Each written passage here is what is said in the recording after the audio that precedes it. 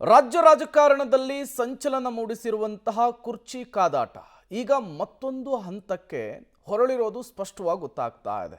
ಇಷ್ಟು ದಿನ ತಮ್ಮ ಬಣದ ನಾಯಕರುಗಳ ಪರವಾಗಿ ಶಾಸಕರುಗಳು ಸಚಿವರುಗಳು ಲಾಬಿಯನ್ನ ಮಾಡ್ತಾ ಇದ್ರು. ಇವರೇ ಮುಖ್ಯಮಂತ್ರಿಗಳಾಗಬೇಕು ಅನ್ನುವಂತಹ ಆಗ್ರಹವನ್ನು ವ್ಯಕ್ತಪಡಿಸ್ತಾ ಇದ್ರು. ಈಗ ಇದೇ ವಿಚಾರಕ್ಕೆ ಸಂಬಂಧಪಟ್ಟಂತೆ ಮಠಾಧೀಶರ ಎಂಟ್ರಿ ಆಗಿದೆ.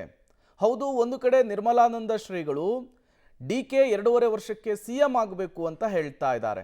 ಇದೇ ಹೇಳಿಕೆ ಈಗ ಮತ್ತೆ ರಾಜ್ಯ ಕಾಂಗ್ರೆಸ್ನಲ್ಲಿ ರಾಜ್ಯ ರಾಜಕಾರಣದಲ್ಲಿ ಸಂಚಲನವನ್ನು ಮೂಡಿಸ್ತಾ ಇದೆ. ಬನ್ನಿ ಕುರಿತಂತೆ ಒಂದು ವರದಿ ಇದೆ, ನೋಡ್ಕೊಂಡು ಬರೋಣ. ರಾಜ್ಯದಲ್ಲಿ ಸಿಎಂ ಬದಲಾವಣೆ ಚರ್ಚೆ ಜೋರು. ಡಿಸಿಎಂ ಡಿಕೆಶಿ ಬೆನ್ನಿಗೆ ನಿಂತ ಒಕ್ಕಲಿಗ ಸ್ವಾಮೀಜಿ. ಡಿಕೆಶಿಗೆ ಅಧಿಕಾರ ನೀಡುವಂತೆ ನಿರ್ಮಲಾನಂದ ಶ್ರೀ ಆಗ್ರಹ. ರಾಜ್ಯ ರಾಜಕೀಯದಲ್ಲಿ ಗದ್ದುಗೆ ಗುದ್ದಾಟ ದಿನೇ ದಿನೇ ತಾರಕಕ್ಕೇರುತ್ತಿರುವ ಹೊತ್ತಿನಲ್ಲಿ ಸ್ವಾಮೀಜಿಗಳು ಎಂಟ್ರಿ ಕೊಟ್ಟಿದ್ದಾರೆ. ಹಾಸನ ಜಿಲ್ಲೆ ಚನ್ನರಾಯಪಟ್ಟಣ ತಾಲೂಕಿನ ಕುಂದೂರು ಮಠದಲ್ಲಿ ಸುಬ್ರಹ್ಮಣ್ಯ ಸ್ವಾಮಿ ರಥೋತ್ಸವದಲ್ಲಿ ಭಾಗಿಯಾಗಿದ್ದ ಶ್ರೀ ಆದಿಚುಂಚನಗಿರಿ ಮಠದ ಪೀಠಾಧ್ಯಕ್ಷ ಶ್ರೀ ನಿರ್ಮಲಾನಂದನಾಥ ಸ್ವಾಮೀಜಿ ಡಿಕೆಶಿ ಪರ ಬ್ಯಾಟ್ ಬೀಸಿದ್ದಾರೆ. ಮುಂದಿನ 2.5 ವರ್ಷ ಡಿಕೆಶಿಗೆ ಅಧಿಕಾರ ನೀಡಬೇಕು. ಈ ಬಗ್ಗೆ ಕಾಂಗ್ರೆಸ್ ಹೈಕಮಾಂಡ್ ತೀರ್ಮಾನ ತೆಗೆದುಕೊಳ್ಳಬೇಕು ಎಂದು ಹಕ್ಕೊತ್ತಾಯ ಮಂಡಿಸಿದ್ದಾರೆ. ಡಿಕೆಶಿ ಸಿಎಂ ಆಗುವ ಆಶಾಭಾವನೆ ಇತ್ತು. ಪ್ರಸ್ತುತ ಬೆಳವಣಿಗೆ ನೋಡಿದ್ರೆ ಅದು ಆಗುವ ಹಾಗೆ ಕಾಣ್ತಿಲ್ಲ. ಡಿಕೆಶಿ ಸಿಎಂ ಆಗದೆ ಹೋದ್ರೆ ಬೇಸರ ಆಗಲಿದೆ ಎಂದು ಸಾವಿರಾರು ಭಕ್ತರು ನಮ್ಮನ್ನ ಸಂಪರ್ಕ ಮಾಡ್ತಾ ಇದ್ದಾರೆ. ಈ ಗೊಂದಲ ಸೃಷ್ಟಿಯಾಗುತ್ತಿರುವ ಬೆಳವಣಿಗೆ ರಾಜ್ಯದ ಅಭಿವೃದ್ಧಿಗೆ ಕ್ಷೇಮಕರವಲ್ಲ.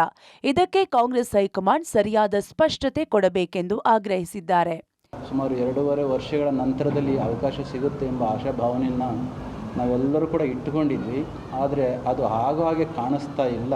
ಅದು ಹಾಗೆ ಆಗದಲೇ ಹೋದದ್ದೇ ನಮ್ಮೆಲ್ಲರೂ ಕೂಡ ಬೇಸರ ಆಗುತ್ತೆ ಎಂದು ಸಾವಿರಾರು ಜನ ಭಕ್ತರುಗಳು ನಮಗೆ ಕಾಂಟ್ಯಾಕ್ಟ್ ಮಾಡ್ತಾ ಇರ್ತಕ್ಕಂಥದ್ದು. ಈ ಒಂದು ನಿಟ್ಟಿನಲ್ಲಿ ಗೊಂದಲಗಳು ಏನು ಸೃಷ್ಟಿಯಾಗಿ ರಾಜ್ಯಕ್ಕೆ ಕ್ಷೇಮಕರವಾದ ವಾತಾವರಣ ಏನಲ್ಲ.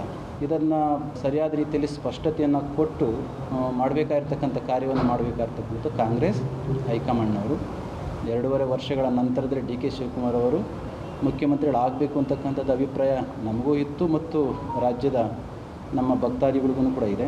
ಆ ಕೆಲಸವನ್ನು ಹೈಕಮಾಂಡ್ ಅವರು ಮಾಡಿ ಪಕ್ಷಕ್ಕೋಸ್ಕರ ಪಕ್ಷದ ಶಿಸ್ತಿನ ಸಿಪಾಯಿಯಾಗಿ ದುಡಿದಿರ್ತಕ್ಕಂಥ ಶಿವಕುಮಾರ್ ಅವರಿಗೆ ಒಂದು ಅವಕಾಶ ಸಿಗಬೇಕು ಅಂತಕ್ಕಂಥದ್ದು ಎಲ್ಲರ ಒಂದು ಒಕ್ಕರಿನ ಕೂಗು. ಈಗ ಇರ್ತಕ್ಕಂಥ ಉಳಿದಿರ್ತಕ್ಕಂಥ ಇನ್ನು 2.5 ವರ್ಷಗಳ ಅಧಿಕಾರವನ್ನು ಡಿ.ಕೆ. ಶಿವಕುಮಾರ್ ಅವರಿಗೆ ಮುಖ್ಯಮಂತ್ರಿಯಾಗಿ ಕೊಟ್ಟು ಅವರ ವಿಷನ್ನಿಗೆ ಪೂರಕವಾಗಿರ್ತಕ್ಕಂಥ ರಾಜ್ಯವನ್ನು ಕಟ್ಟುವ ಕಾಯಕವನ್ನು ಮಾಡಲಿಕ್ಕೆ ಅವಕಾಶವನ್ನು ಕಾಂಗ್ರೆಸ್ ಪಕ್ಷದ ಮುಖಂಡರು ಮಾಡಿಕೊಡ್ಬೇಕು ಅಂತಕ್ಕಂಥದ್ದು ನಮಗೂ ಕೂಡ ಆಸೆ ಸಹಜವಾಗಿ ಇರತಕ್ಕಂಥದ್ದು. ಡಿಕೆ ಶಿವಕುಮಾರನ್ನ ಹಾಡಿ ಹೊಗಳಿದ ನಿರ್ಮಲಾನಂದನಾಥ ಸ್ವಾಮೀಜಿ ಅಧಿಕಾರ ಬಂದಾಗ 2.5 ವರ್ಷಗಳ ಅಧಿಕಾರ ಹಂಚಿಕೆ ಆಗಿದೆ ಎನ್ನುವ ಭಾವನೆ ಜನ ಸಮುದಾಯದಲ್ಲಿ ಇದೆ.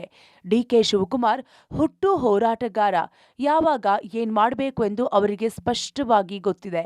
ಇಡೀ ರಾಷ್ಟ್ರದಲ್ಲಿ ಪಕ್ಷ ಪ್ರತಿನಿಧಿಸಿ ಎಲ್ಲಾ ರಾಜ್ಯಕ್ಕೆ ಹೋಗಿ ಪಕ್ಷದ ಪರವಾಗಿ ಹೋರಾಟ ಮಾಡಿದವರು. ಹಾಗಾಗಿ ಯಾವ ಪ್ರೀತಿ ಇಟ್ಟು ಜನರು ಕಾಂಗ್ರೆಸ್ ಪಕ್ಷ ಅಧಿಕಾರಕ್ಕೆ ತಂದ್ರು ಅದಕ್ಕೆ ನಂಬಿಕೆ ಬರುವಂತೆ ಕಾಂಗ್ರೆಸ್ ನಡೆಯಲಿ. ಆದಷ್ಟು ಬೇಗ ನಮ್ಮ ರಾಜ್ಯದ ಆದ್ಯತೆ ಗಮನದಲ್ಲಿಟ್ಟು ಡಿಕೆ ಶಿವಕುಮಾರ್ ಶ್ರಮ ಮತ್ತು ಹೋರಾಟ ಪರಿಗಣಿಸಿ ಸೂಕ್ತ ತೀರ್ಮಾನ ಆಗುತ್ತೆ ಎನ್ನುವ ನಂಬಿಕೆ ಇದೆ ಎಂದಿದ್ದಾರೆ. ಹುಟ್ಟ ಹೋರಾಟಗಾರ ಅವರು ಯಾವ ಸಂದರ್ಭದಲ್ಲಿ ಏನು ಮಾಡಬೇಕು ಅಂತ ಅವರಿಗೆ ಸ್ಪಷ್ಟವಾಗಿ ಗೊತ್ತಿದೆ. ಯಾಕಂದರೆ ಇಡೀ ರಾಷ್ಟ್ರದಲ್ಲಿ ಡಿ.ಕೆ. ಶಿವಕುಮಾರ್ ಅವರ ಪಕ್ಷವನ್ನು ಪ್ರತಿನಿಧಿಸಿ ಎಲ್ಲ ರಾಜ್ಯಗಳಲ್ಲಿ ಕೂಡ ಹೋಗಿ ಅವರ ಪಕ್ಷದ ಪರವಾಗಿ ಧ್ವನಿಯನ್ನು ಎತ್ತಿ ಹೋರಾಟ ಮಾಡಿದಂಥ ಅಂಥವ್ರಿಗೆ ರಾಜಕಾರಣದ ಎಲ್ಲ ಒಳ ಸುಳಿಗಳು ಅವರಿಗೆ ಗೊತ್ತಿರುತ್ತೆ. ನಮ್ಮವರೆಗೂ ಇಷ್ಟೇ, ರಾಜ್ಯ ಒಂದು ದಿಕ್ಕಿನಲ್ಲಿ ಹೋಗ್ತಾ ಇದೆ. ಎಲ್ಲಿ ಪೊಲಿಟಿಕಲ್ ಇನ್ಸ್ಟೆಬಿಲಿಟಿ ಇರುತ್ತೋ ಅಲ್ಲಿ ಅಭಿವೃದ್ಧಿಗೆ ಮಾರ್ಕ್ ಆಗುತ್ತೆ, ಪೂರಕ ಆಗೋದಿಲ್ಲ. ಪೊಲಿಟಿಕಲ್ ಇನ್ಸ್ಟೆಬಿಲಿಟಿ ಬಂದ ಸಂದರ್ಭದಲ್ಲಿ ಇನ್ನು ಉಳಿದಿರ್ತಕ್ಕಂಥ ಕಾರ್ಯಾಂಗ ಇದೆಯಲ್ಲ, ಎಫಿಷಿಯೆಂಟಾಗಿ ಕೆಲಸ ಮಾಡೋದು ಕಷ್ಟ ಆಗ್ತದೆ. State is going to suffer.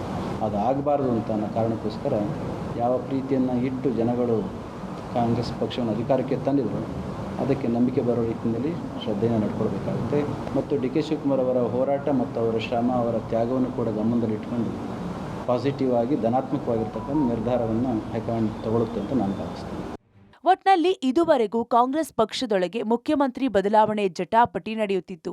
ಇದೀಗ ಒಕ್ಕಲಿಗ ಸಮುದಾಯದ ಪ್ರಬಲ ಸ್ವಾಮೀಜಿಯವರು ನೇರವಾಗಿ ಡಿಕೆಶಿ ಪರ ಹೇಳಿಕೆ ನೀಡಿ ಬೆಂಬಲ ವ್ಯಕ್ತಪಡಿಸುವ ಮೂಲಕ ಡಿಕೆಶಿ ಬೆಂಬಲಕ್ಕೆ ನಿಂತಿದ್ದು ಇದು ಫಲಶ್ರುತಿ ಆಗಲಿದೆಯಾ ಎಂಬುದನ್ನು ಮುಂದಿನ ದಿನಗಳಲ್ಲಿ ಕಾದು ನೋಡಬೇಕಿದೆ. ಶಶಿಧರ್ ಬಿಸಿ, ಪಬ್ಲಿಕ್ ಟಿವಿ, ಹಾಸನ.